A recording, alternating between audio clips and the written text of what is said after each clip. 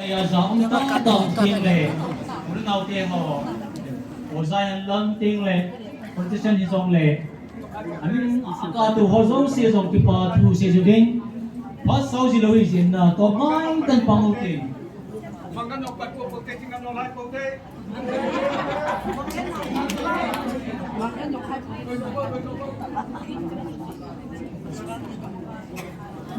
Paoneo dòng kinh sa gì protein, hay như hay dòng na, thì chú bây giờ là riêng một bên lần, hiện tại là nu có kim nó hai kilo xin, hồ bằng gì na, from hồ, protein. Dunia hi Pathen suwa Chinkholam này tập phun na, làm cái lúc hi anh semua chi này có đồng chí chuyên mà ông thầy phun, sau này giờ đầu tiên, Sania siêu phát mong lâu khát, phát sớm ngâm đường, mà siêu tàu làm cái đi in, mà tuân đi lên, mà sắp bên mà anh tàu na tuân làm cái đi in, tàu nữa thì câu này cái gì nào rồi na. Chúng ta nhớ thêm đầu này siêu hot đi cái đầu đi tìm pasal ngomong masa pen nama in tahun nak nam kai dingo ama ki sai ting le pasal thumbnail belong to kilo thimpa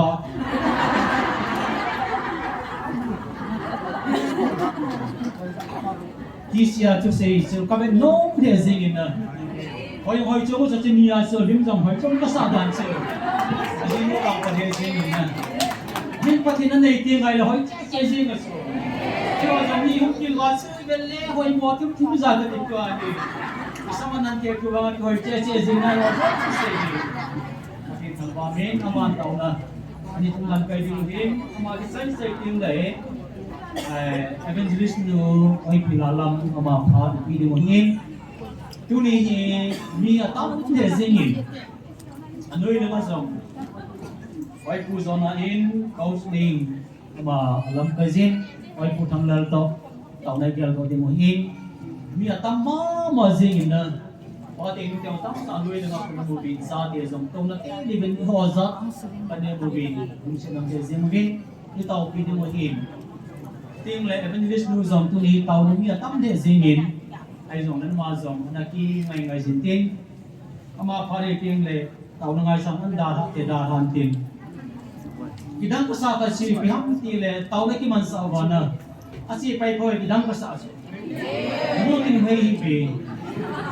nên ngày bài bị lăng na, chúa sẽ ăn thì không lệ, không cái quá sẽ na, cái đam mê này nuôi phá rồi kim cái nút thua cái gì na, cái tàu gần gì cái lỗ basi, chỉ sao tự nhiên mà cái lỗ phá rồi sao, có đam đam cái ngày bị lăng.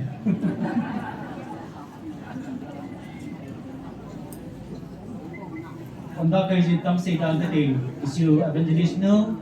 tu ni mia tam sia sa ma zong at isuong te tia zong phat mangdingan ti boding hintin ipi zong le langei ta kat ana horbin lang la ka sa ting leo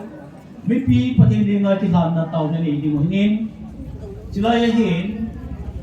taw ngai sa ki ti sa chong sok tam pi itema ki panang lusiin sila ya hi benai le tau na ngai sa zong hi kasan nu kasapa in class 12 10 11 exam of body ti zong siu tau na lang kai dum mahin na het ke du ka siu asi tau na kai ho he na bon sa exam bo ha ti ji ji sun di pi ha akyang ke lai ga ti ji le apun tam zom ji su nang cha se exam bo ti yang su ka ti na ipeso ke ni rum diu ka su asi sai po in cái sao ní kỳ vài rồi số tiếng Anh giả siêu tàu nó nắm cái họ hiện thì sao thế làm sao bọn họ lo hiện thế ní kỳ gì cho hay đi xuống nè mà tao nó mình siêu thế kỳ hiện nắm cái nó xây nông dân phố nó kỳ gì vậy hiện giả sử cái đó mình còn đặt cái xây hiện nè à xây rồi phố hiện rồi về à bố mà cái cột gì hay gì xuống rồi mình xây dựng tiền tiền cái xây nông dân lớn tiếng này tàu nó giống tàu nó mình về tiếng để ra ta giống mình nè ai bằng cái bộ tiêu tiêu khát thì anh liên giống một số tàu nó về tiếng này vẫn xì rồi nè à xì để họ giống như people nào không thì mình có đúng thì bây giờ so dùng cái cuốn đó tin cái tỷ lệ cái xây sa sao ấy thì dùng lệ lắm cái họ cũng là xây sa sa này giờ sẽ cái nào cái xây cái này in cái sự tàu phone này thì đúng mình phi đây bằng ta Pathen tu đi sen cái giờ galum zone lệ galum lâu bằng bằng Pathen này coi cái thứ xây cái xây lệ tàu nó ngay sợ không biết phong ngày thì xử lý phi tàu nó giờ đầu tiên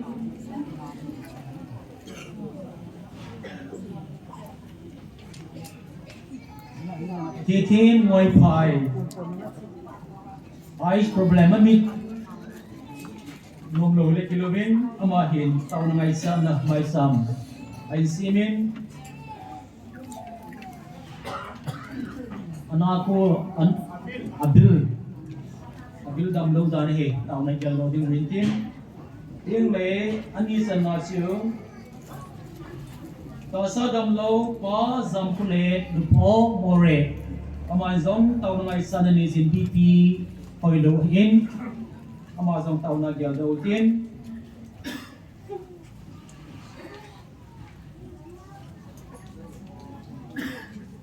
achuom tidai pi zong kana min na so hi Gmfdi tin asei hi zong level na aji chu huin kai na nei ta lo ki le pi han ri ma matam zo ka tin na in bara hoin zong nei lo ti ho zong hi so ji ji su so di asei thi zong ai pun na su aman kita ta pa kai ding ka su muat ya an pi ai la phain ge lo tin ko nong pull down tin na so zong hi ki la nu mo ji in so tam pi ki za hi ji chen means la pa kai ko na ko mo ta an pi ai le Pathen na api hi ji chen se nga se dau tin api lung ting ta api la pha hi sing na this is your say don't do it is you le so ma khat du ni vì cho dấu xây mi pi tàu này thì ngon tàu xây nó sẽ thì nó reference lâm sa không phải họ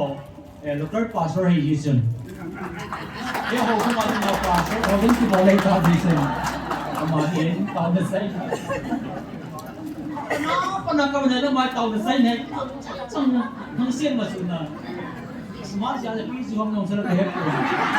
ở đây là giống như anh lệ mà thì ở đây thì còn đối với lại nó đi mà thì lúc trước họ cũng là anh giờ xí bênนั้นน่ะlạiมันở đây thì còn lại ta lúc bang phát thì mà tàu xe này cái số mà khấtเลยเสียในทุ่งยาทำโลกเขาเสียเตาเลยตรงmà tàu xe này thìบ้านรู้ว่า last là vì bốn sang tàu này tàu tiền này vì bốn sang này mai tiền chỉ tiền là tàu nhiều tiền asei na part ng sana ni hindi ka tawag natin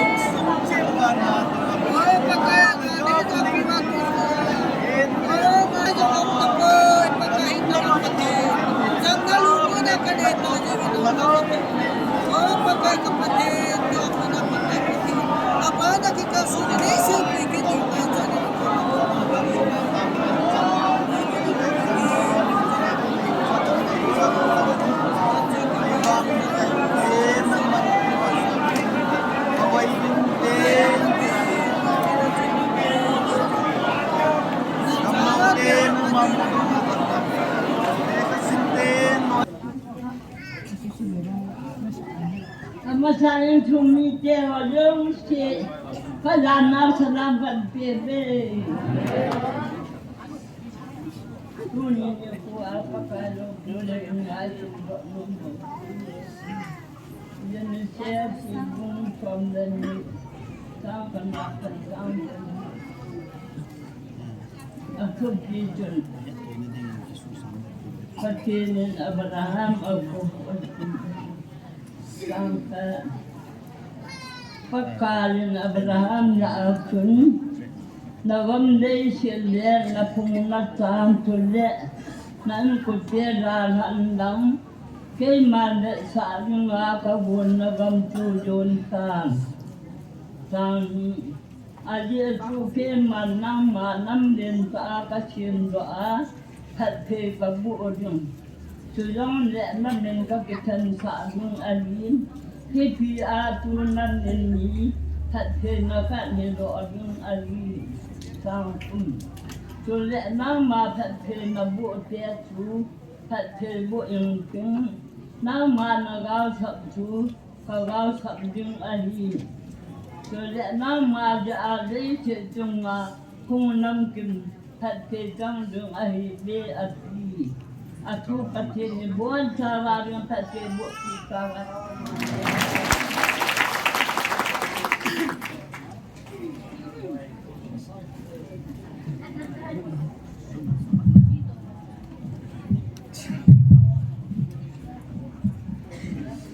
Tabang patpai tiba Pathen Thongkholun handang Avah lan na sa thedinga ka umsin Pathen kahin thangbain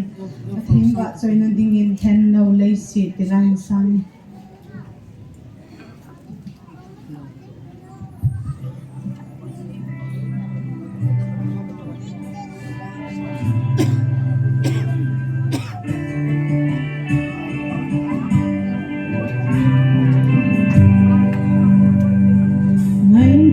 tâm ta này ta sân ta thêm in sung nung ta này đi đều in lệ lâu hối đam thêm na hồ sung lệ bài phát thêm na dấu si dòng in lá ngày ta in hình thấy lâu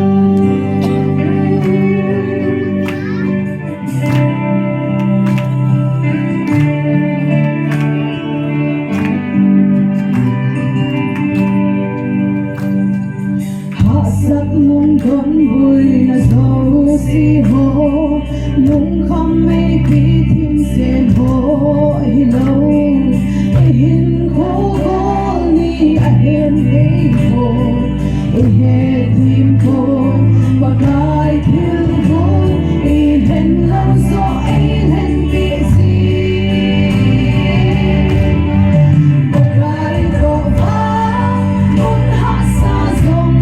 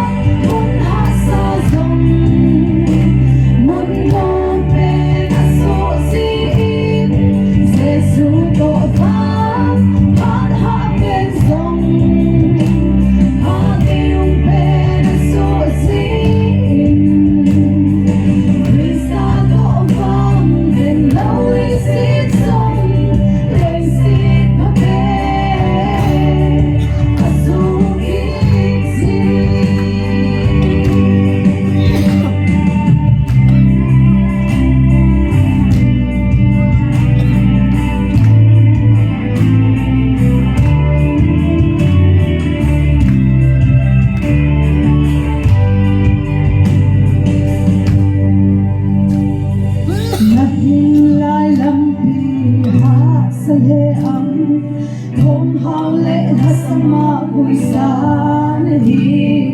Krista sugin katalawin Nadho na chunga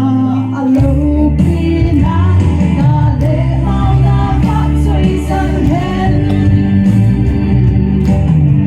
Pakainoh mun hasa zong Mun mong pinasusin Sesuko ma Malhapin zong Pati yung pinasusin Krista to pang Heng lau lay si zong Lay si Pathen Asukin si Pakainoh mun hasa zong Mun mong pinasusin Sesuko ma Malhapin zong Pati yung pinasusin Krista to pang Heng lau lay si zong Lay si Pathen Asukin si Majulan salam anikho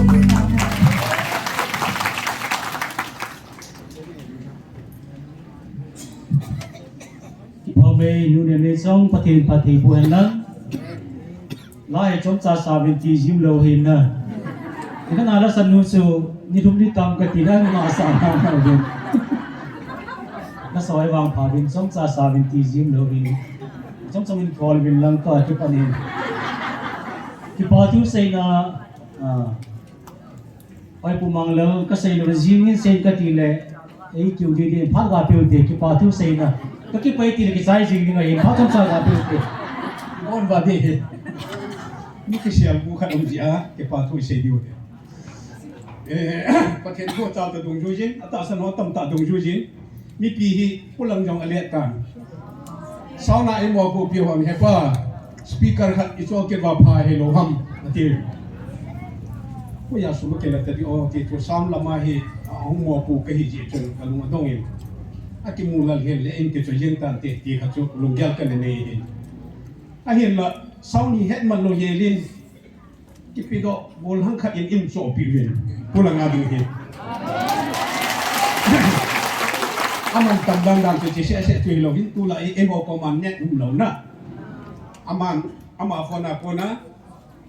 อีโปรแกรมโฮเอ็นกับดอกอยู่ว่าเนี่ยนุ่มละกันมาเอ็นพัดดอกปีเกตไว้เห็นตัวยิงเต็มอีเทียเห็นนะบอลหังมันสองมองเลี้ยนพายเอ็นที่พิวเลยกี่ปามีเกล้าคนทั้งนั้นอะไรเย่พี่ไปพัดโต๊ะเนี่ยดุมลูสไว้อามันเฮลัยมูอีฟังโปรแกรมนี้กำลังไงพัดโต๊ะพิวนี่มันทำไม่ได้อาจุงกี่ปาพูดเชียวนี่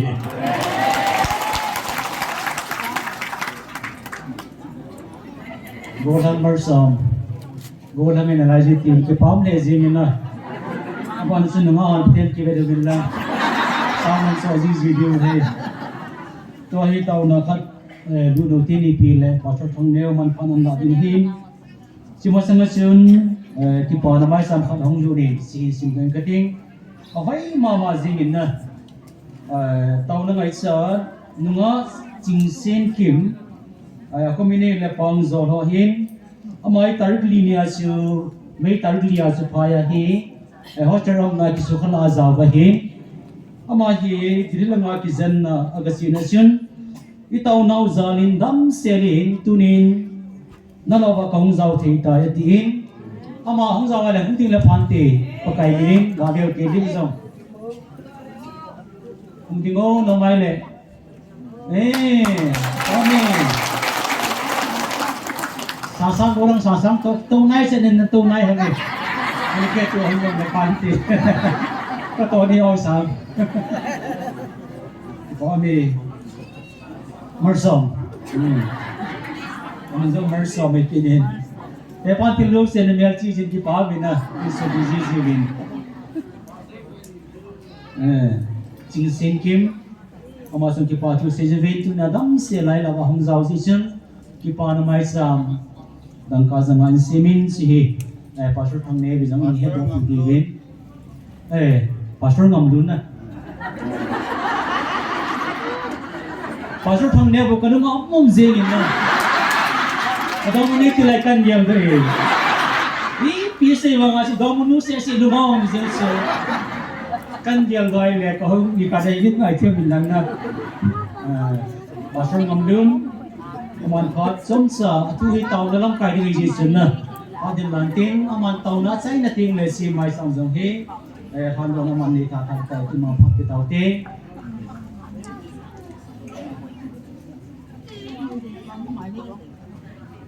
Hallelujah. Amen. Amen. Hallelujah. Kipa amin. Thanop jong amin.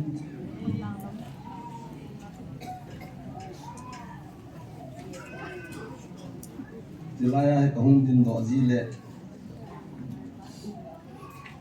Fasit jong kasajin. Thanop jong kasajin. Azitsu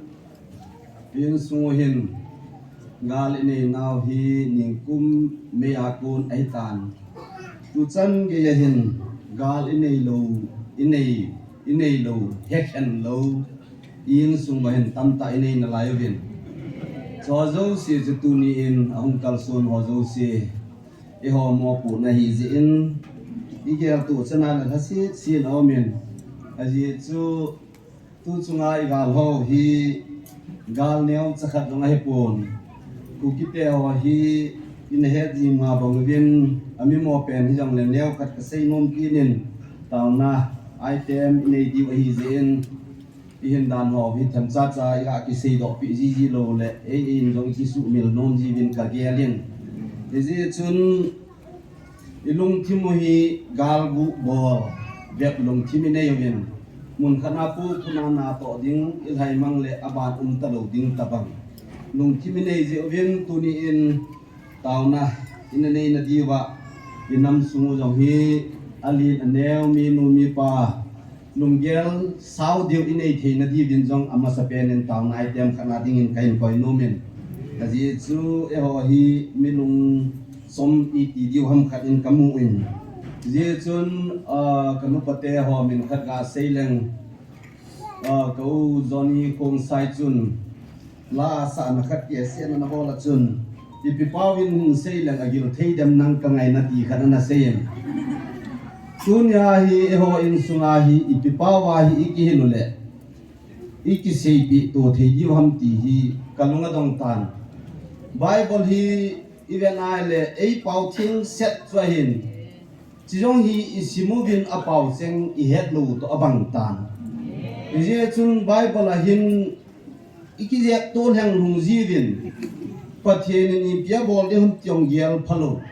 hi chiwa hin abu hi ke wa mutin ne sai ke yong lewen I to lu le action chi di lo je hin hi chilaya in sumi te ho tu ni hin mi yong taw namang jong hum tam chimubin ki pa kasan hi je chun atha ben nabon chabin kangai lut naw le kazana bin salam kahin pikin le kichi sa ibol lo hoi lo na chakhat omin je chun kanel jap lai ka chapan lai chun phai sunga kungba akhun kanomin mei thola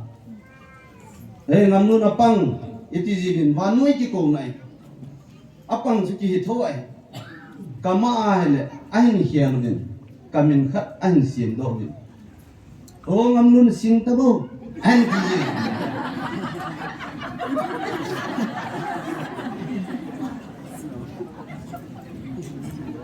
apang chuan noi ki ko na hin aphado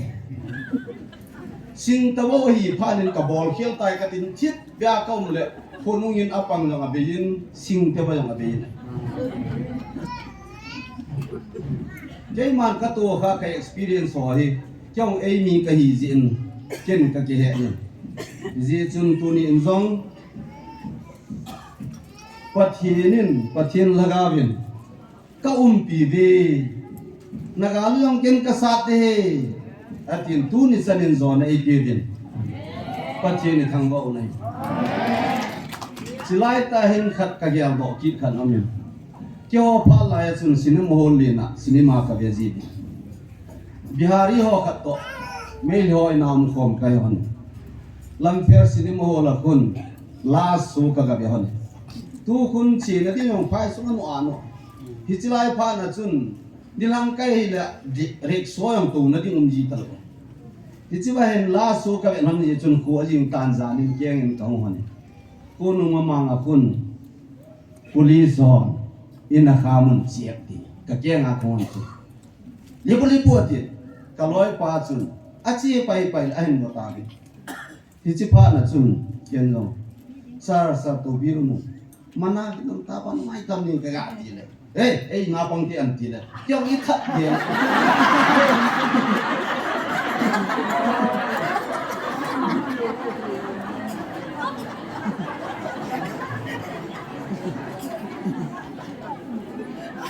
tu na ka sei nom chu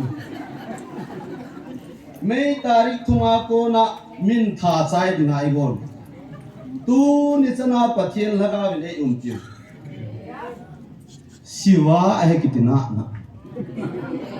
ko pru a kitina na laga bin kaum pi ve tu a pha nai tu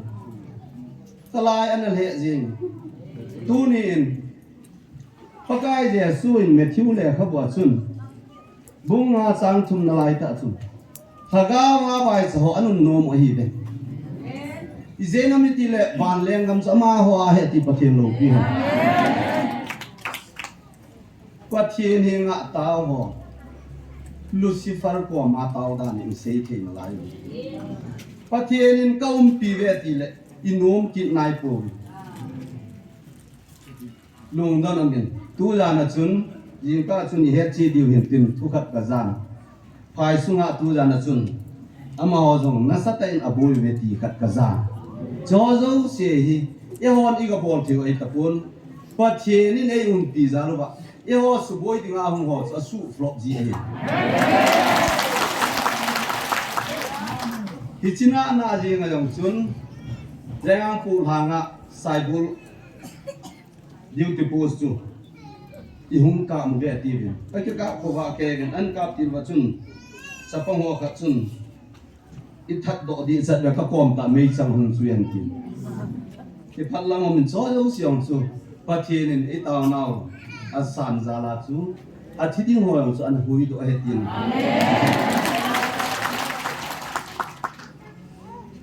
tao na hi ki tao khiel lo he ni pathen ko ma tao he tu ni in sung mi te ho hichilaya mo jong thusei la sa ching kheu tin hichilaya ke kahung pot tho te na no zo sen taw na pon thoi ni ti wang wa chu kaum dan chu khat mit ti ana hi kha ka thusei ka la sa chu khat mit ti le hung nai sai lo de chida ba nga chu ka in sung mi te ho mi ching pa su lo morning porwa bungu ma sang som na ko lai ta su be leo chu mi kitu bi in sung ailo le khat kitu mo sa the le dinga mu chi tu a thu se ya Pakainin Athusei til sagi hol a alas pe na se ize chun thu se ya ching theu tin lasa ching theu tin sol cha polin thulun tha langa ho bung le kha thot na chu pam na ma mi ho chu i tin gon du ding ham ching theu bin na oso wa na kam so wa chun lung siet o be hen ati he ize chun pathen thu he choi tu ni in pathen le khabun hi ti na se tu hi iti vi nei revelation na chun bungge na chun ga veleo chun sang li na ham khana chun achang chu ka he chet tapon sang thu mi le kilomin wan ti ho chun ata san ho taw na ho chu de lap pi dingin mai sa mai a chun adingin sana kheng ku apevin mi theng ho ata san ho taw na ho chu pathen san the na ding abe lap ding na ma ding ati tu ni in jong taw ding hi win i taw naw chu pathen de ai taw do diu pa hi dei sa hi ti sei do no win sol cha polin romi te ko ma le kha thot na chun bung get na chang som ni la du ma som thum la lia chi te ni a chun khana chun pathen je lama atowin pathen chapa chun e ho zo se taw na hi ei tao pi jing ve ti chu e hon adol lam cha tao nei het lo ho zo si chu ei be la pi ve ti e patien ku pati bu he tu ni min sung mi te ho thiliya ka hi mi him lung ge la ngai tu nai awai apha a hi ti wanga e ong a hing lo ma a ki hin abi mo pen to ami thei pen pa ki bang a hin ti je chun patien mit de na ding koi ma a hing zo ki umpon ti jin jong le tu sun hin ti taw na diwa som cha ka hong din ta ngal le bible chang khat de chang ni de ga siming katin ti zo din ta chu le taw na ana lu no hitin bible chang ngai ga sim do diwa ka ga de sa chu hebrai bung som lakhat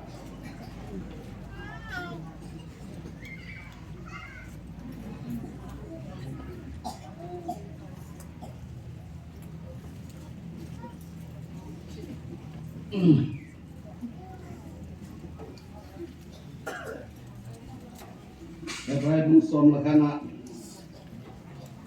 som ni la lia mung sim paning ka te chuin mosia ki kan hit pha in ta san wangin farao sanu sapati a kiman boding adan aman som khat son si na num sa sangin patien mi te to bol he su tu khom ding su an heng zo tan a hi ezip kama ko zo se sangin krista ahu sit naw chu chung zon agelin a hi aji chu aman to phat man asan ding lam jing chu abet a hi patien na tu tiang tat thei mu pi han lang chilaya chun ta san khudol ahin sei ki ne mo si chu farao sanuin sapa a akisim hinama jong le som khat nuk sa a izip gama nei le go ho zo se sa nga chun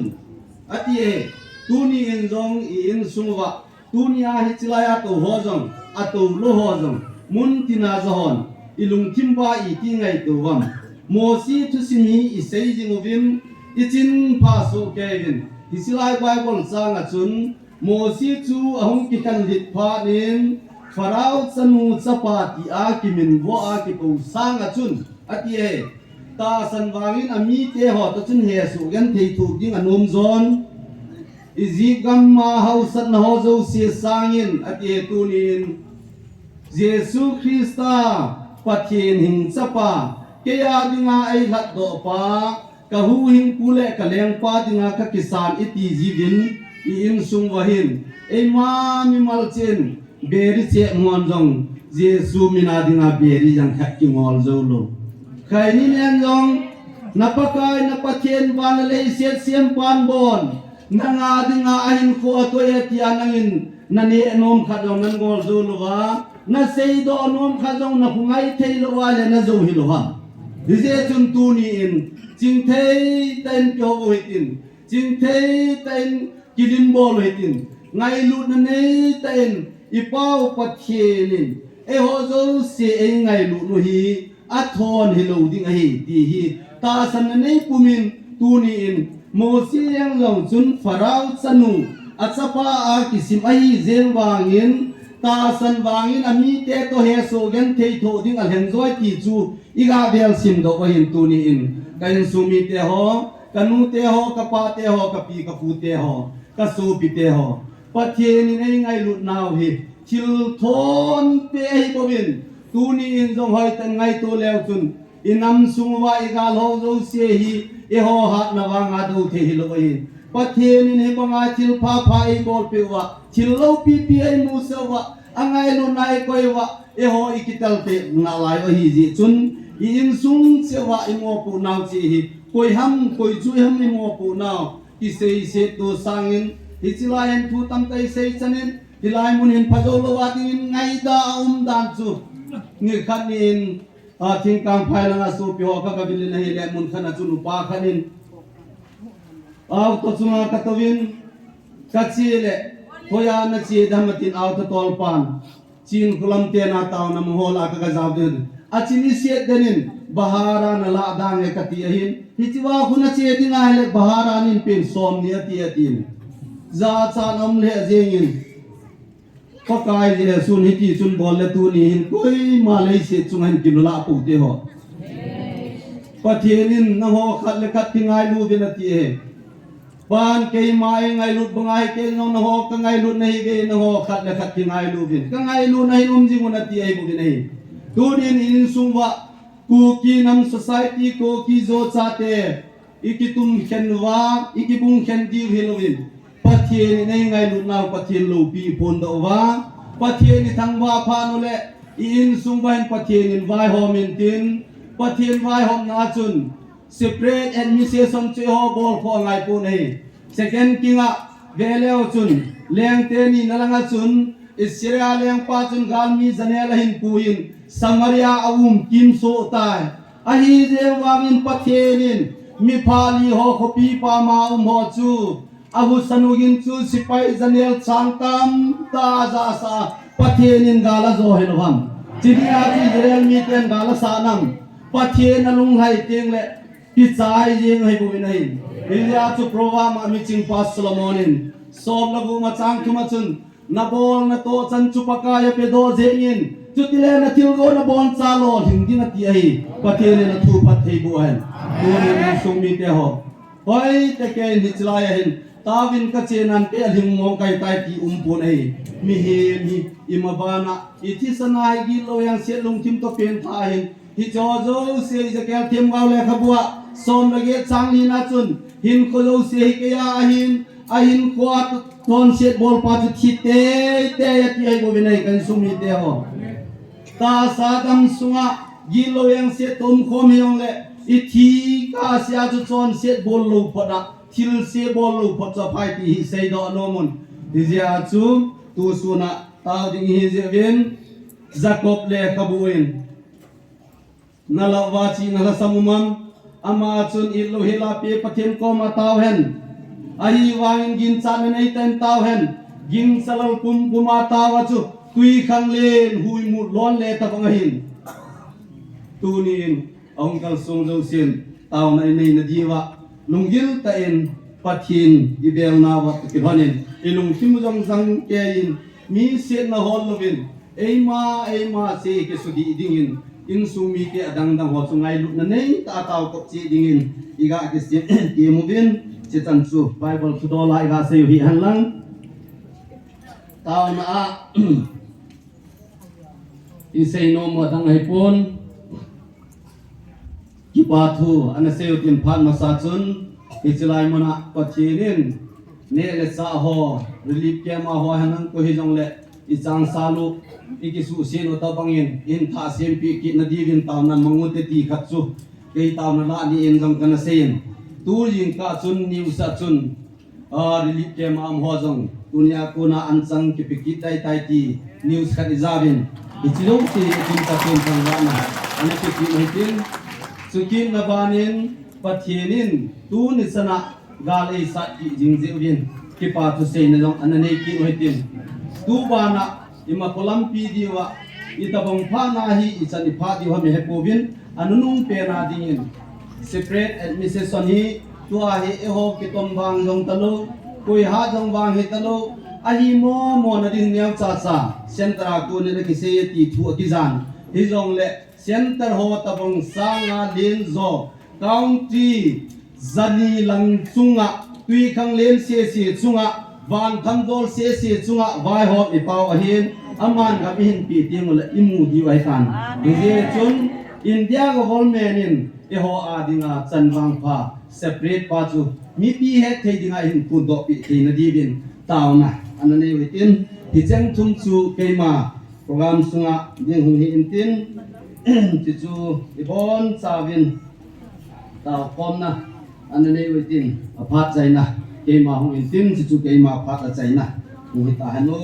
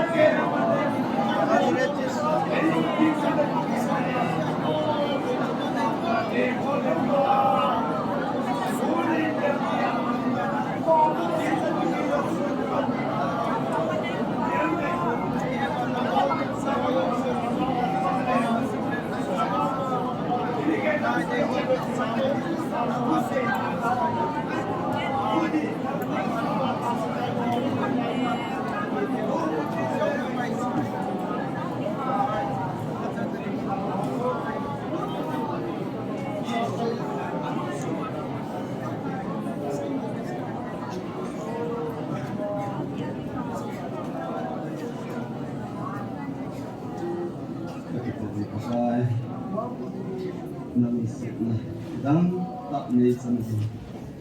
ni kalau di mesin di lagi ini ko in na ko ma kum le tau thi na pha ni vin ka ti pa na ho ku kom thi ni ko vin ka tau na ho long nai ti in la ni ko vin so zo sia ni ni ku vin ka thong ho ve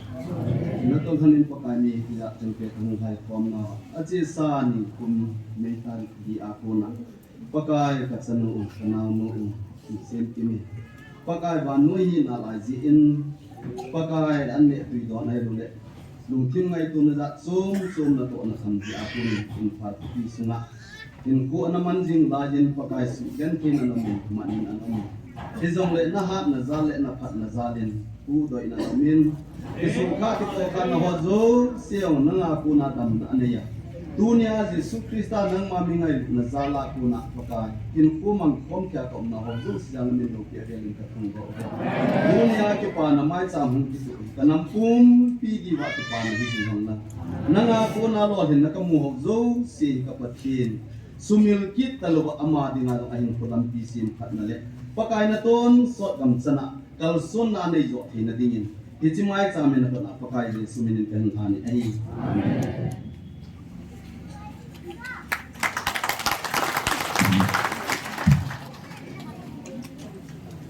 Tàu này làm cái gì đó, water gom luôn, xin lỗi các bạn xin lỗi.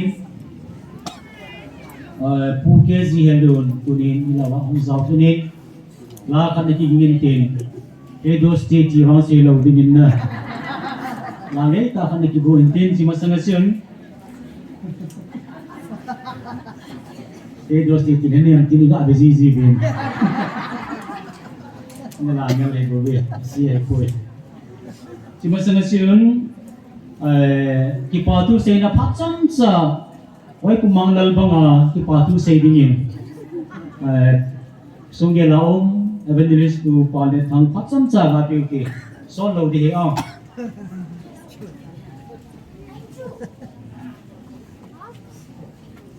wai ka chan loi kam ta ka ge la yin kam ka pen tham pe le chung ki pa kan sin ada ngai hin ni za re ni za lai mo na adam sa agil ki hian nan ting le aching lo do si no khum na en nei pa hi havia nam pi pa chunga ka bor banga chu ti pa ba sa ne nam pu nu khat ken atum ben kasil pi no min aji chu ni khat le ti lai mon jong ni ke hodinga kisana kisana katile Pathen Pathen te ki to ka chu tau ro hin Pathen te ki teng le silai mo na ikinung su khom lo ni je wa chu en nei pai ka pa chama ma jingen akineu sa dan hi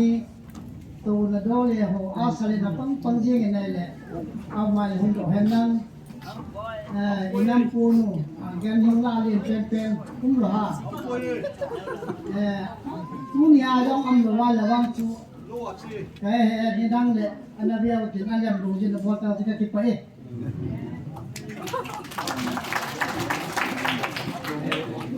ini pawai Pu Thanglensei siu i hon ap di si hai hu se fai pension hai na lem zing hai ma ko evangelist pu thil pa bon nom zing hai mam bi zong le chuma ki pa tu sei ge til pa bol go pa zong na tuing phat som sa mo ding pa pital bo thang pital phat som sa la pe te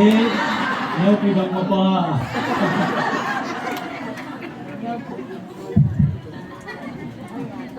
tapi pai yen dia nuna golang ka ka sang mas kan ti ni ma ni ki chu ki pa su kan sa ni ngam sa pen ni aga le ni som ni ni ko tan na tao mai chan sen wa ju thei ki mi ti hi da dam nai pi da pha phai pi pa Pathen Thongkholun ta hen pa tu ka sei nung ka chu a che sa hafta Monday Tuesday Wednesday na satan ka damoy ni khat bawang chu kai ni hum ke ni chairperson nu ko ma ta na kan thu ala kaung ta mi Thursday ni chu ko ki ko Thursday ni pa ke kai na thupi ka thupi no phata kan se ai le thupu ni chu 26 ni chu apart from that ako ka damoy well tha ti le khoe no ma kai kai mo sa ka ki ye ni Pathen ko ma ka ke se yellow lu tam pi ka ke lo yellow lu tam pi ka ke lo mas pen ri pen pi ai les mang bo ni nam pi la sin da chunga ji ka ye na ai le ni tao ki a ke tham ta ka che pang ta ta ne ni Pathen ni le pi to nom tam pi ni ya tu kai ko ma Pathen ni pu to hi la ye dam ni pi do ka nom na la ye dam ni pi to ti pa tu nam ma sai la sa ka ya nom na la ye ai ko ma ka na hi su ka ji na long ten ka to ka na tao ai ke dang ta do Pathen ni dam nei dan ni sa na ta thong tam yen ka ti pa Pathen ka thong ma e ani chan na a ke dang ta tu ka loi nu ti la ji ka ji nu di kum so ni wal bi pi ne a kuma tam den hasam de thong la yang mon the do na ka tha za to ho ke ni chang se se ne du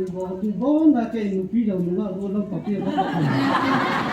ya tu koi ka bong se de ni nu si lu du aman tam tai pa ke apa man tam tai ai le ama hin cha ka ya pa da support de ila ga da chi ya le kan ngu mu ne ai le ta le ta san ke ka ya ni ta san ke chi na tu tam mun dam do chu ya tu ko ma sa na ya ni ka sa hoi na pu khai tông lưu lu ni chu tông lưu lu ni chu tu ko ma sa ta ke bang ya ni ya sam chu pu nga lu tu chu ka ke la Pathen ni ngam na pi na ta san na ya la ta na e ho chu ta na Pathen ni na ta le ka phun no me e de ka phun no me Avah na ka dam no ba sa na chu kan ti ma chu lá thật sự là đại nó Pathen ấy mong na chấm được ở cái isa dok ta vin thiên số nó dok ta cái này là như cô thu phụ nhà thì YouTube ba đã thì release những cái bộ ra này ta khá cùng nga làm cho miss cô cần nó như này mà cô là Pathen là cô này cái này hết tất cái là cái bộ sản là chỉ kỳ đó là phát triển thì các cái là cái đầm ngọc phong ba cái cái gìอะไรก็ยีด้วยไอ้ตาตาเป็นปฏิกรรมก็เกี่ยวกับก็ยีด้วยเราผ่านนักษาเราเนี่ยนักษาที่งานเนี่ยนี่เรานักษาเราเรื่องเนี่ยหายตามจะก็ตาผมมาก็ยีเลยก็ยีต่อพันดาจูดิแค่ดาจูปีเนี่ยก็มาคุยกับคุยเอสกับอะไรนี่กับปีเอเดจู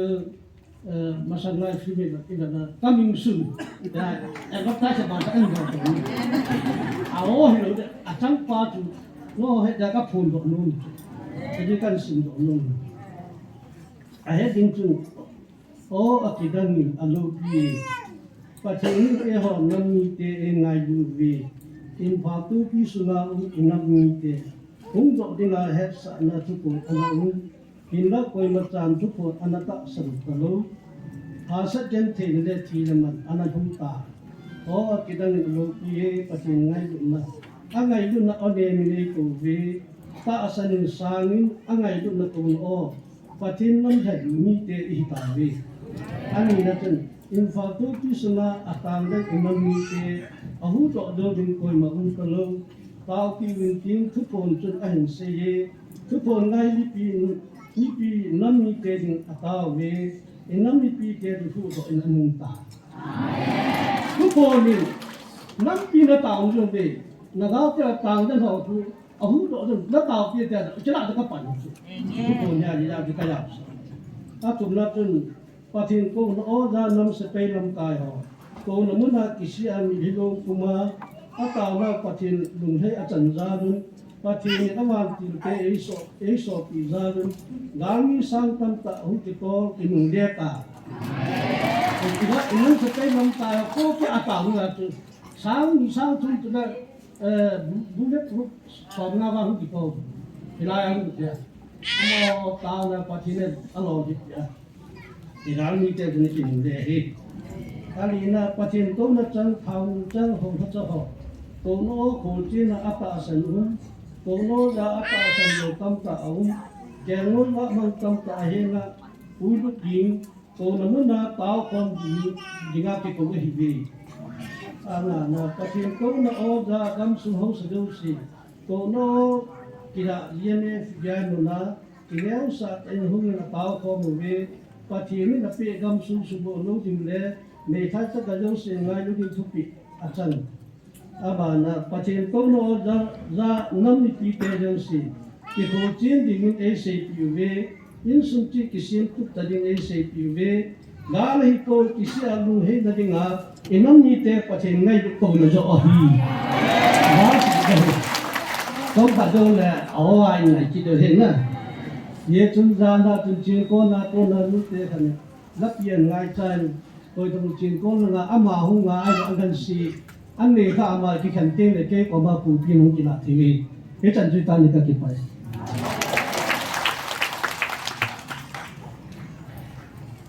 cái bảo mê và Peter Gordon Peter xem cái bảo chú sẽ chơi game kia son saobehseh dan tin na nếu pion nga hi lai jin atang tao na lai nai twin Pu Helun aman line santen sa chai ting le kalunga lang jing pathor thangneo ama se kalunga amu tula eina Pu Helun lan sa chai ting le pathor thangneo bin taunai kem khanan lam pai dingin mani khan ke tawe ke Helun limnan ko abeng ote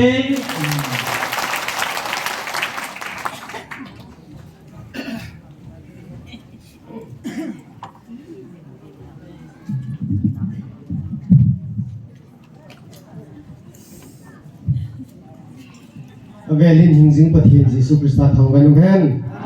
Hallelujah Hallelujah Hallelujah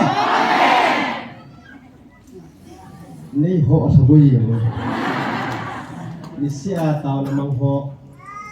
Avah phain ni sia kisia pakai anga kuno Avah phain akun man lo ho suma boy ho awang sin sila sa kapan mai the paom the jing ni za sia ki kom thea ane go to do a Pathen thai yin thi ki wang hi nawang khamong mong ni eo pha sin kong no min kong the ji ko ni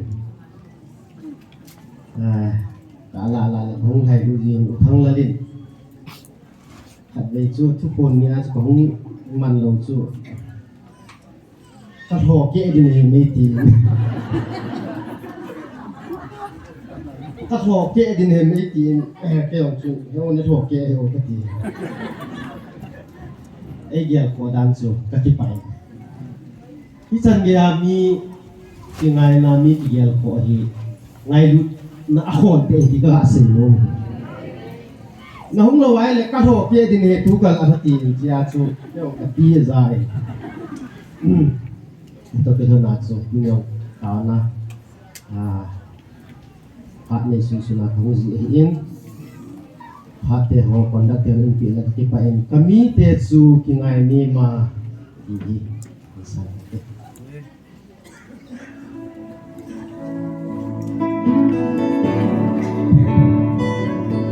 bulan apa?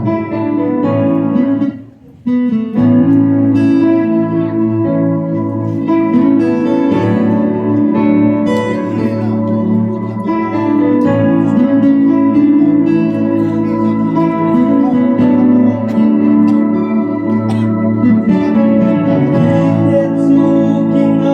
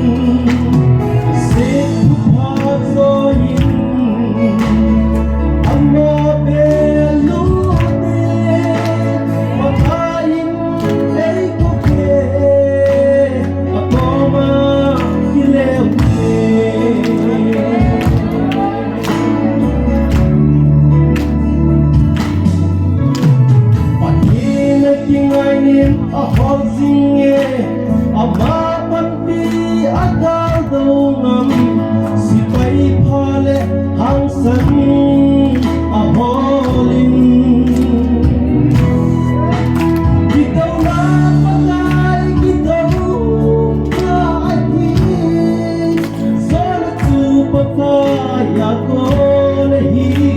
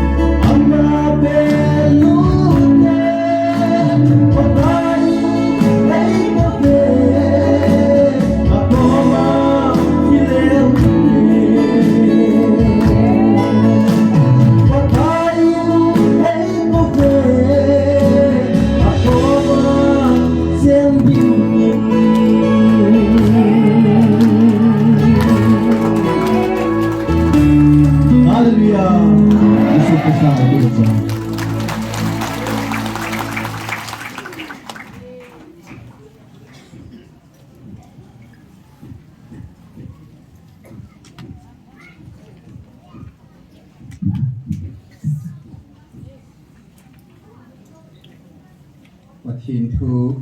Pathen Vilnao Date rom bung ko chang som la khada konin sim ta dinge rom bung ko chang som la khat acha tenisu masangin chule apha ase imacha abol masangin to wanga hilowa ako pa lung lam le pathinin alhandum zuya lunggo sa chu adet na dinga amma nu za a upa zo chun anaw pa su na ato dinga hi ya kisya anahi hisi thudo la hin Kimanchah kanangai lun isaw bang kana hot ahi tinagi sune achu dila ipi se dingo ham pathina chon di lo na aume iti dingo ham ahi poi aman mo siza kalum se pa chu Keman kalung se pa chu lung se ing ding ka happy chu bo ka happy ding ahi adi chu tia hi je chun hi chi alunga tu pa bang jong hiloba adal pa bang jong hiloba alung se pa pathin wanga kun zo ahi bo ve hallelujah inam pum pi bai boi nau chu tu sunga ai hon nami pathin atuma ipita ai dil theu ham ipitele mele te wa chu pha ne ya ei wa chu tum thei diu ham tu khami pathin alhan tum annama alhan phari ta po ti chu kat via pakai eina ho pi ta hallelujah amen Kaya chu adwan put na hong hiin kan hak bahin. Amma ta in lubung liai hil na ba chun. Israel kama kum thum le ke ki ala lai ta chun. Mei thai tam ta Israel as mei thai tam ta ama hi. Ahin sidan khwa Jennifer khwa mei thai nu he nga chun. Eliza agi sole. Hallelujah. Vania Christina billion yung zong lehan kukil miso zong chule naga hiyan lang koy yung le Christian nang suban ya dim sa eta. His hola sin bakay dutsungin Myanmar kawa zong galaw min junta PDF na sa kilah bin chule Ukraine to Russia na sa kilah bin Israel kama zong galaw min ay bang pagkain at sana di po. Doon sumi Pathen ako kiso sa te Jennifer ko may tayo mga pagkain vai hun na te tawin ni hallelujah. Ipisiran tiyale Israel la pa na niya patang tao min ay bangin Syria Spain lam tai pa naman mo su ati bodam king sedine hallelujah inna mo he Pathen amma nam thira su nom ja chu inna mo wi nam no no si ba ku na sudam ding a hong a hi hallelujah naman din munai din khawa Jennifer kwa mei thai nu an ba sa pakai e ho nam zong chu thil ji da ngai pu ngai lut Pathen anoi nung des anangai lu ji inam noi nung hin ban wasan pagkain mun phalaya ke pongpuin mun noi nung mitso elbai na kong ke ko na mun noi nung ang ke pong ke hallelujah zan hain baba da pa na thuseinna par sen baba jongi zan ya Pathen hagawin anni ba ko na ke main mi ma ka sima ko na kalhan katsa asunga ka lhagao ka khumpi a Kimanchah na kanehita ijichu anu apa kalbal apot chiding kim lo so pakani sui pa sukiya umahi na ta san lo le na kitang bozi ta san na ti so na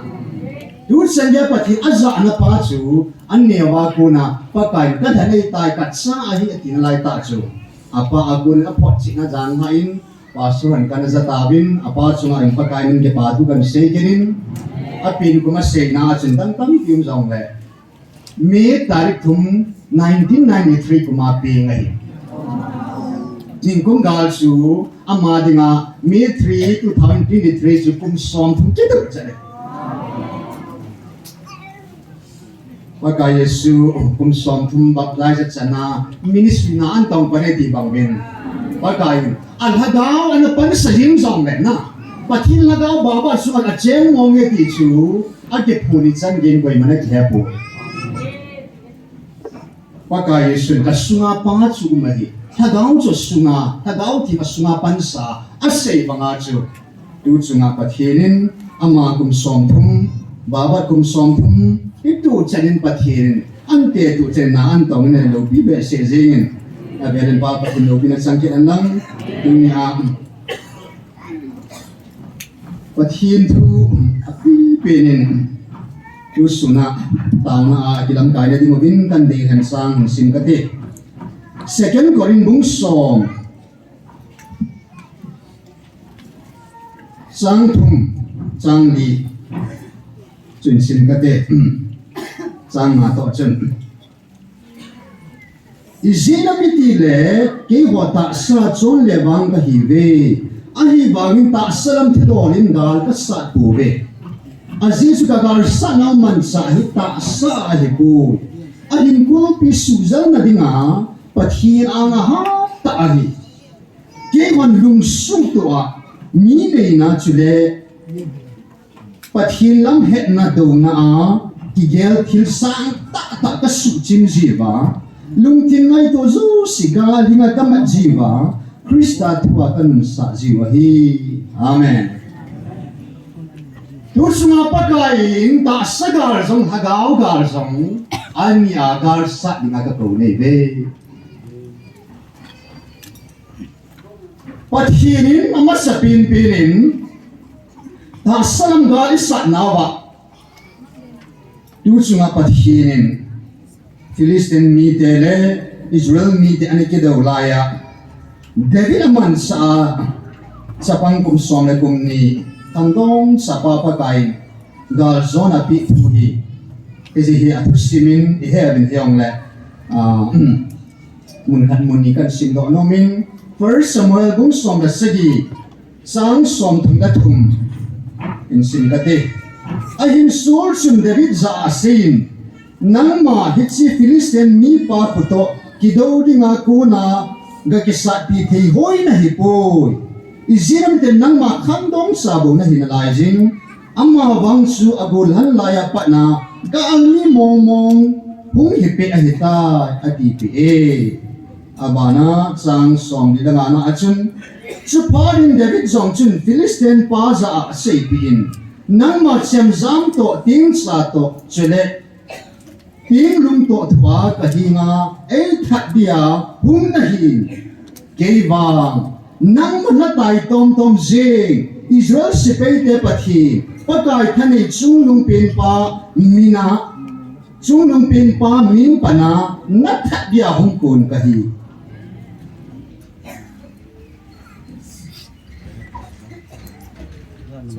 Melay tele ho kukizo te tu chunga gala ta sata ga ikisa na ba he Pathirin tu chunga David aman sa banga aman sa pakai Nilhah kadin pundok pita UPS ini kha sing pa Pathen lo pinatsangan lang Pathirin tu chung thu pona kin apat sun pi pen le ka sumil the ho lo chu Pathen hi apulama ta sa Pathen in ho na pau hin lung sumbo ve pa hi ni tin ka khol se keima lung sum ve pa ka hi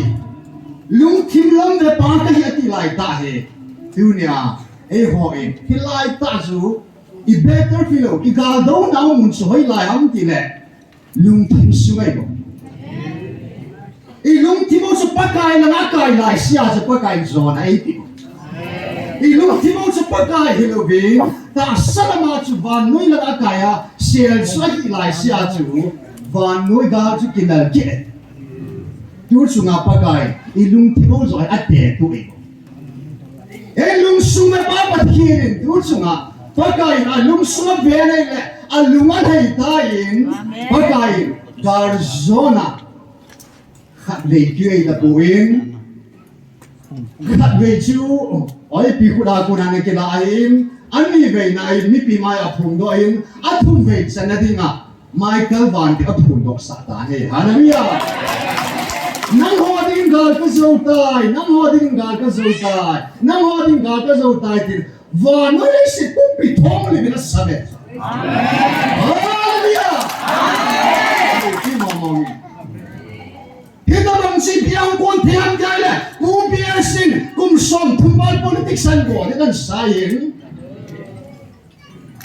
leng pa dabi ni soldal ban sa chi kon bangin amma ding anin ben na achat tapoy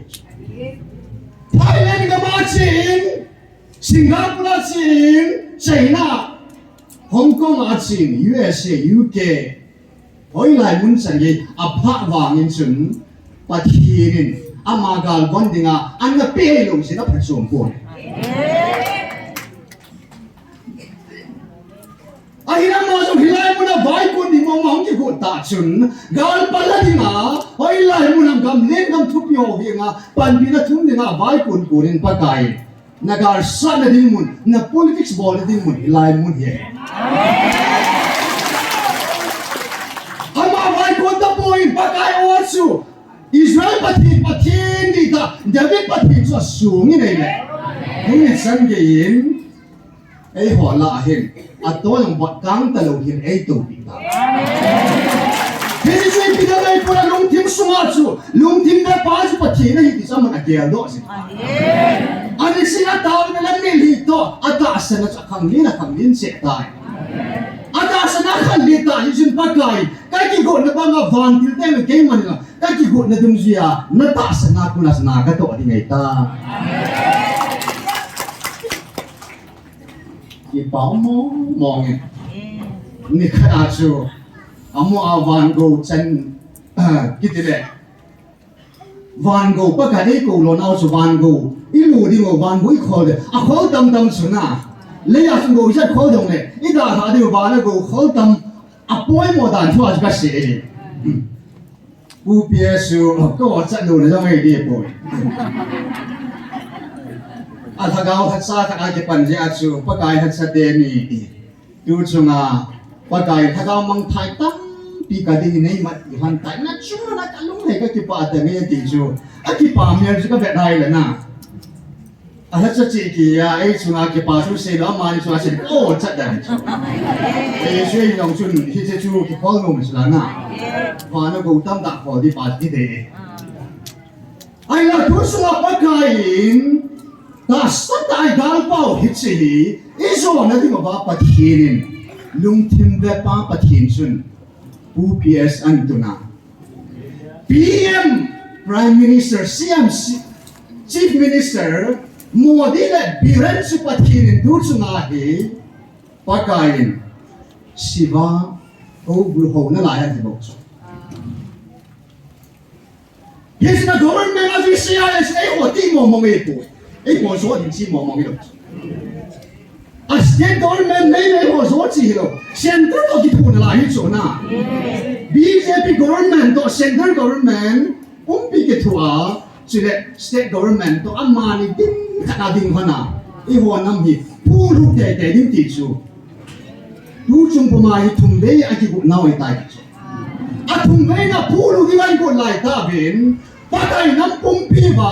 ka chu prime minister hin ka chu chief minister hin ai ho wang pu president hallelujah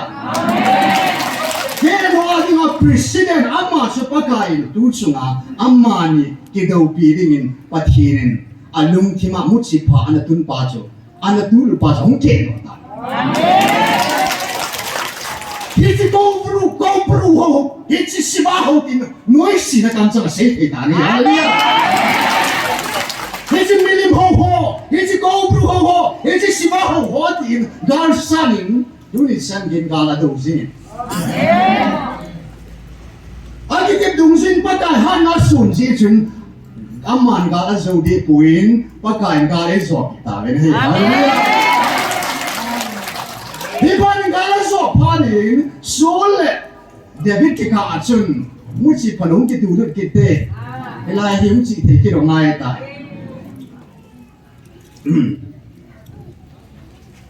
A Philistine ni pa sa tha panin asei ho jong se zamang ta nei la bonin anunga da ka thak sai ta so asei ho da ta jo na achilaya David leng pa ju ama yong chu asei khat ta bang na lai bo so na leng ni nai lo chu ai le hin si chun nu mei hwan aki pa wa la mo da cho mo win aki pa ba ji bin chun solin asang athanin David sang som sama thai ti ta chu Silai ta chun sulung thima eng sit thang sin na na ang lu ta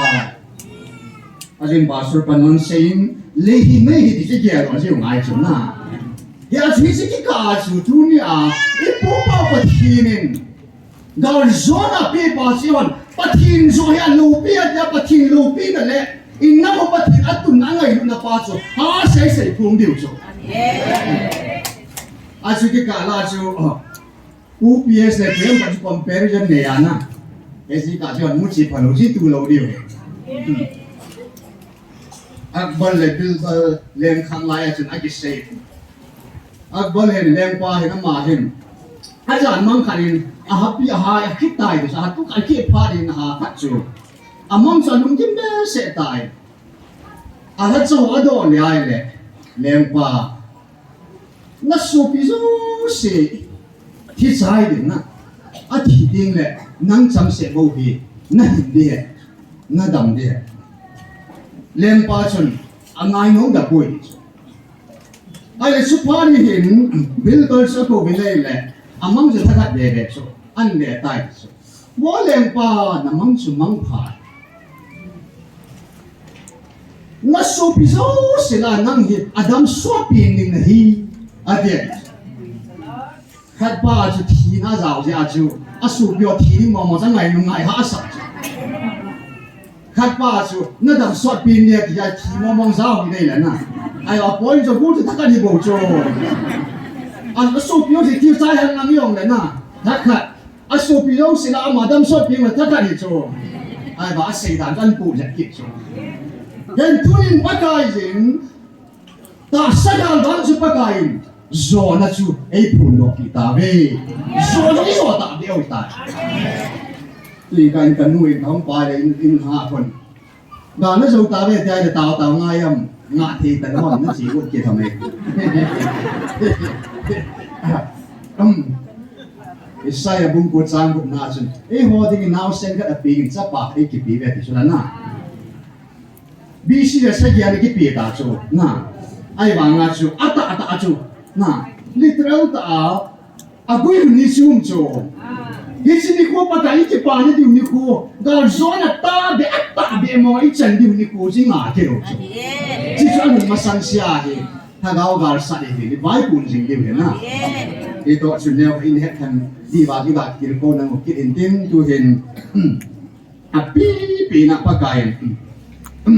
Lai chúng sang anh em phải chúng ta là xây về cái gì nào cô bro ho CM Siva ho BM amani secretary hi sang chun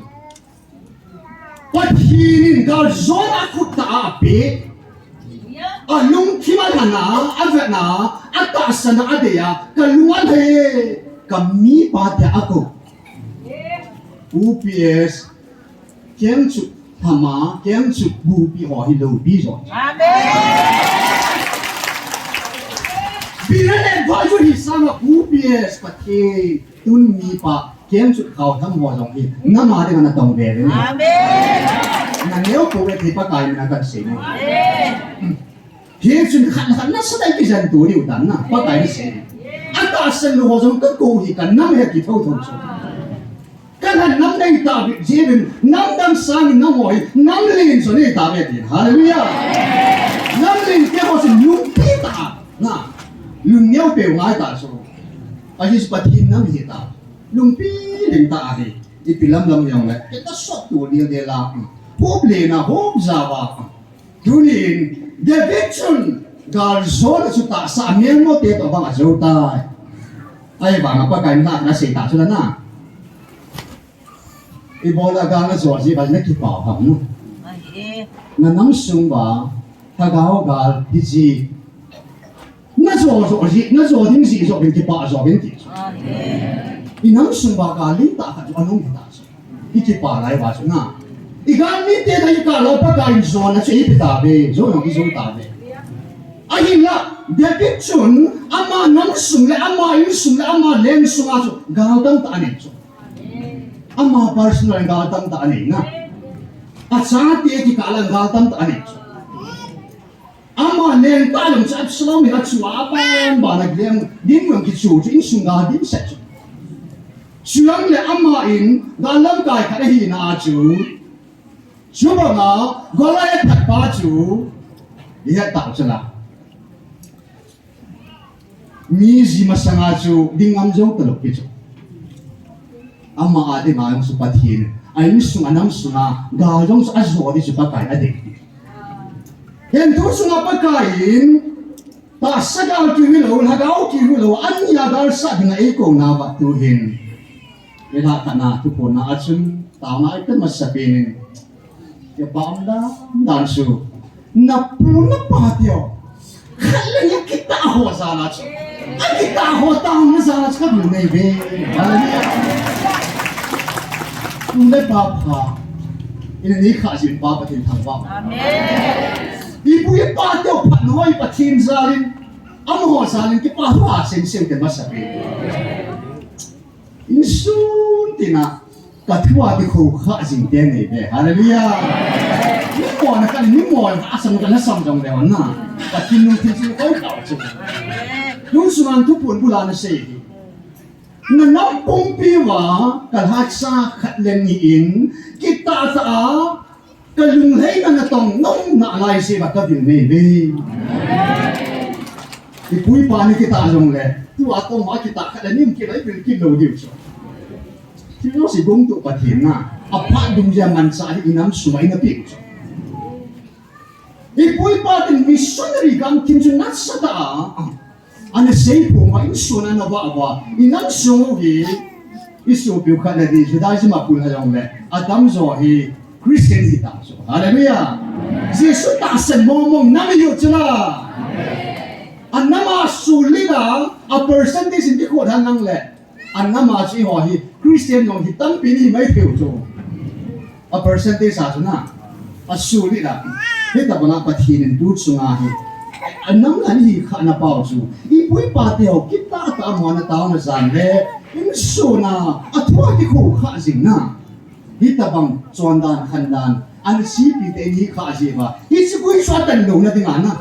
ka ngai lu na hin na mo na ka ngai lu na hi a be thei pu mang thei pu ka na mang thei pu e ti ni haleluya a pen se Pathen ama ngai lu de hi sa hin na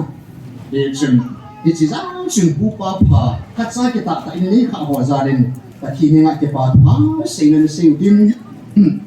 ani na chu hagao ga sa din ai ko ji bin jun tu sung I ko lo naw hagao ga sa din dan hon api pi na I piu lain sim tang ka te sorsa bung som ni lagu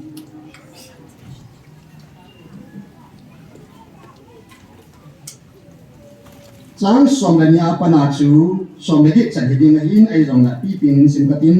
som la lia kunin chuyang tu la ka du gam pha in ke man hebrew pa wa ka sa sol sul I bola na mi neighbor se jing ham nang ding in thi tul mong him ho ha sa e ya o ka zai chin ke man pa kai nang koi na hin ka ti le pa kai chun ke ma na bor se jing je su ka hi ai ba ngin thawin chule na kyang pan san dingin nang man thil na mu sa cheng si le khununga na hinga ka hung kilah ti nga dinga cheng sia ka thu het tu sa ding le kalhat sa pan sa dinga hi chi dinga chu na hinga ka hung kilah ka hi ka mi te ho a kun le chidang nam dang ho a kuna ka hu hing ding na hi Amilo hado sa ding le mutim la kuna khu ba chile satan thunai na nuya au mo ba kuna Pathen hi nga akia I na ding ba achon sina ma kisu ba ya ke ma e ta san ba nga kisu thing hol a go alo the na ding ba a hingo ba ka so ding na hi e ti hallelujah sorsa pu ako na to kito cha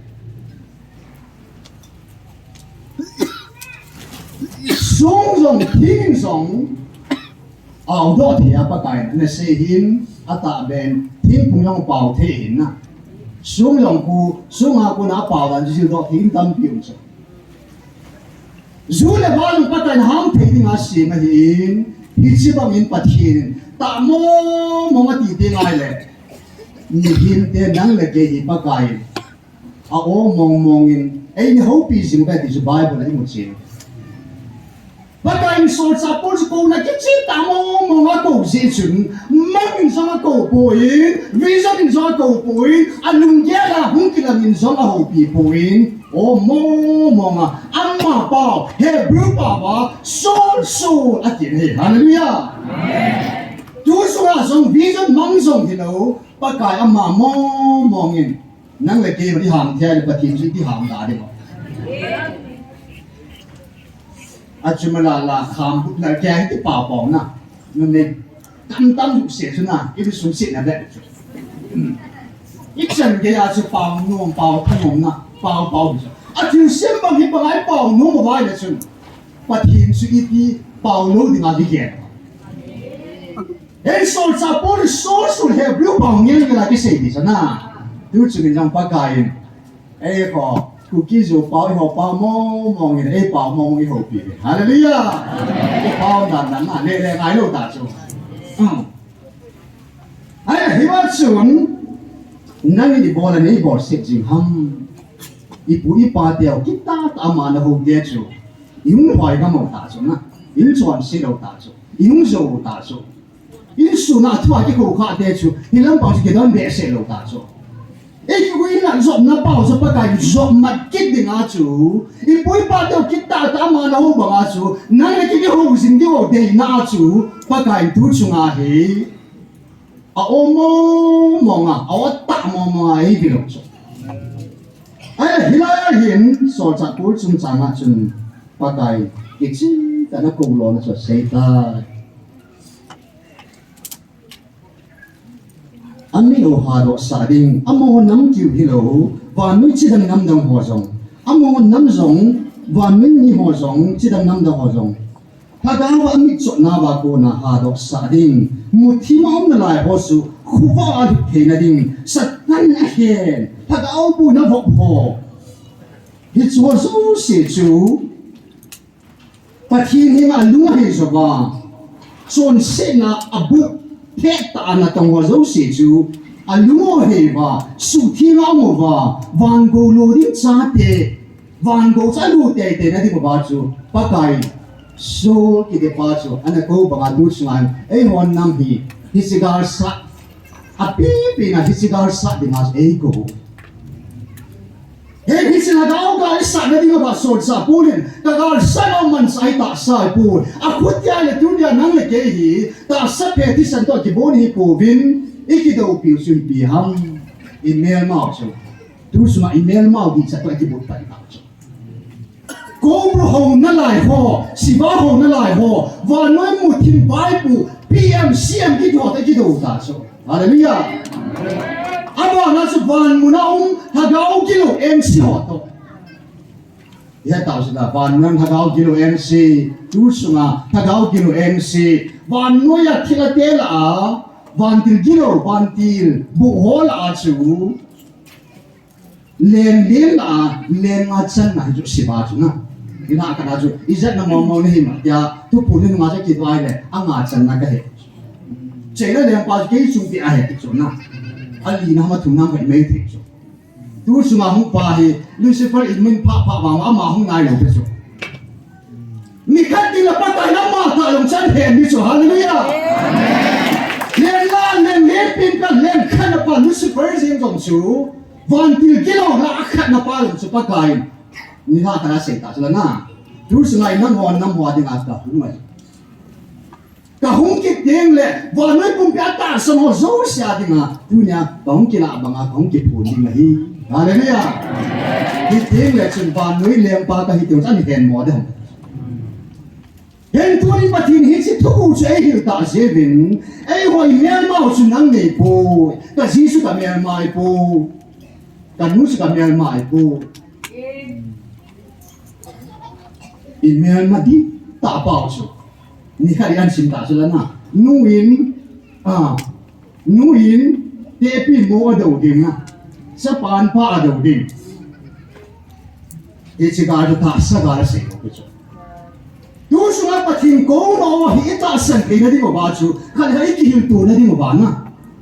kha cha ta san ta san lo chu e chi ga chu e ho hin Pathen a ku la hi dan pa chu ga li sa lo ngai chu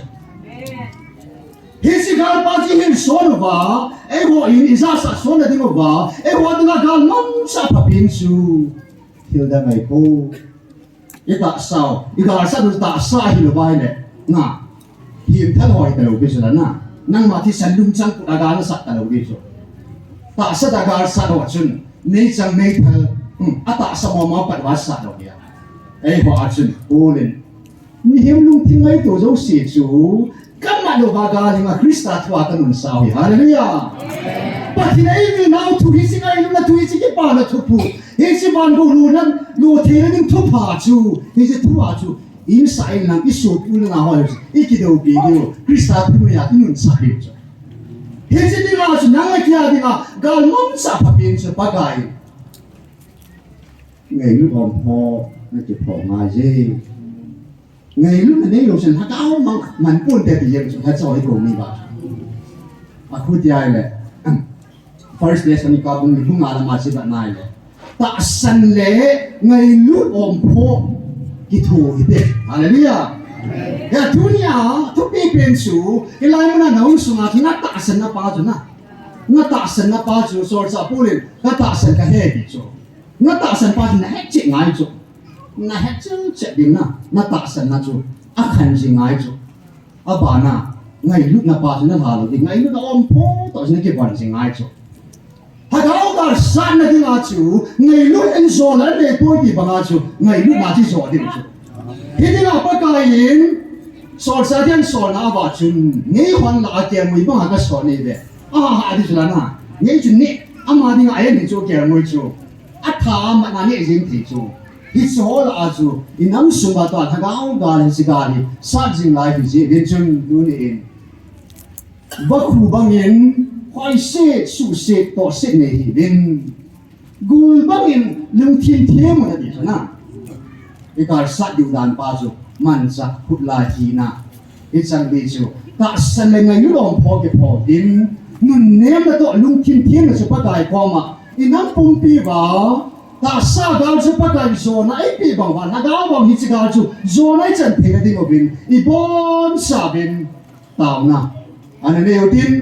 inang sum ba ho bung sum ba in sunga iki tu mon ho abung bo ai khan ho dal ta na bang la i sum ho na hi so lu sis a chim ha na ding tao tin kin tao zo na chin nei ka te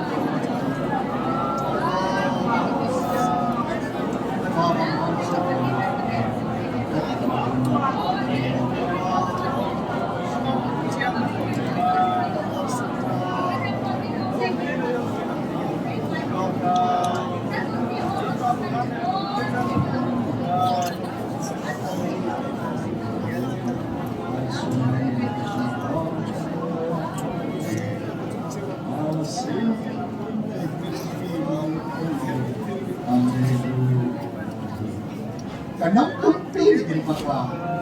ngai lut na taksan na om po kan sumo be pa kanam pi bin se ta na persot kina din lung tim chi na to paka nun nem na kan sumo be nakatsapa paka suma namisa panat suma nama aswa lungmona chamna son nem na au singin te na ti ba kanam suma paka lungmona chamna ke pa o ata asan ho suma nam sa ta jinang ma ka tang ba we ni chi ki pa na chamna lungmona le ilung kha na chin kanam pu achan so ni ba sin du ni san ge ya a degree title like sum ho du ni san ge a lung gi like ni sa na livia khansu akilit sa zo si ding a lem pao ke na ti pa kilit sa na ne na lai ho tu ni san ke ya sum so sum mai lu na ne na lai ho tu ni san ke ya ki pum kha na sanga ilang khan abung a ti khan na zo nei na lai ho le de na lai ho so si ka nam sum ba alung thimo pathi nang mai tu ni na su chim de in paka nang mai kamel ma pau na hen tang bang pathin tu ni nalat sa ho jong nang farao lung thin su nang asu nyam na ding atsa pan na ko ve amma ko ba su na nga si tu ni ko in pathi nalat sa ho kan na mo pa banga kalun kho na di wa hi pa le he pa nang mai na kidng na banga pakai na su nyam de ding ka tau ve ko ni pakai kanam su mo ba ku yes ko na mi pa na gal zon na pi banga pati kanam pum pi ba lhagao ga ka zot hin ati mobin tulaton swadin na nam mi ke la kunin khang som san ke phati na ka don thei na di mobin paka unsi dinangin Eliza alumdana azam la paka ko hamata sana tia ho na nang mai badanga isro mi sangsi kan yena ti pa tagaw mang thai tang tan hong swa kan pu ni ro ba van go tang ta kho do nang ni te ka hi ti na ding obin ka nang sung ba sepei hang san sepei phata tang na nga dinga sepei batalun sagi sang sigi khang soma ding nei pe te te ding ka taw nei ko mo nau pi ti subuli do bin tin ye ho nam ti hi lo van nu pum ka ke pa na ke pha Nilhah na dinga o pathi du chunga na o ka za bang bin na lhagao tin ki bo ti na tha na chu ngai chahin ka nam pum piu pa ka galam kai pa nang ma ei pan pi sing di bo bin za kai nam lo pi na san su sia di nga chun ka lem pao de bi na dinga agar zon a lo hin na ka pa kai de ka hin jing je su me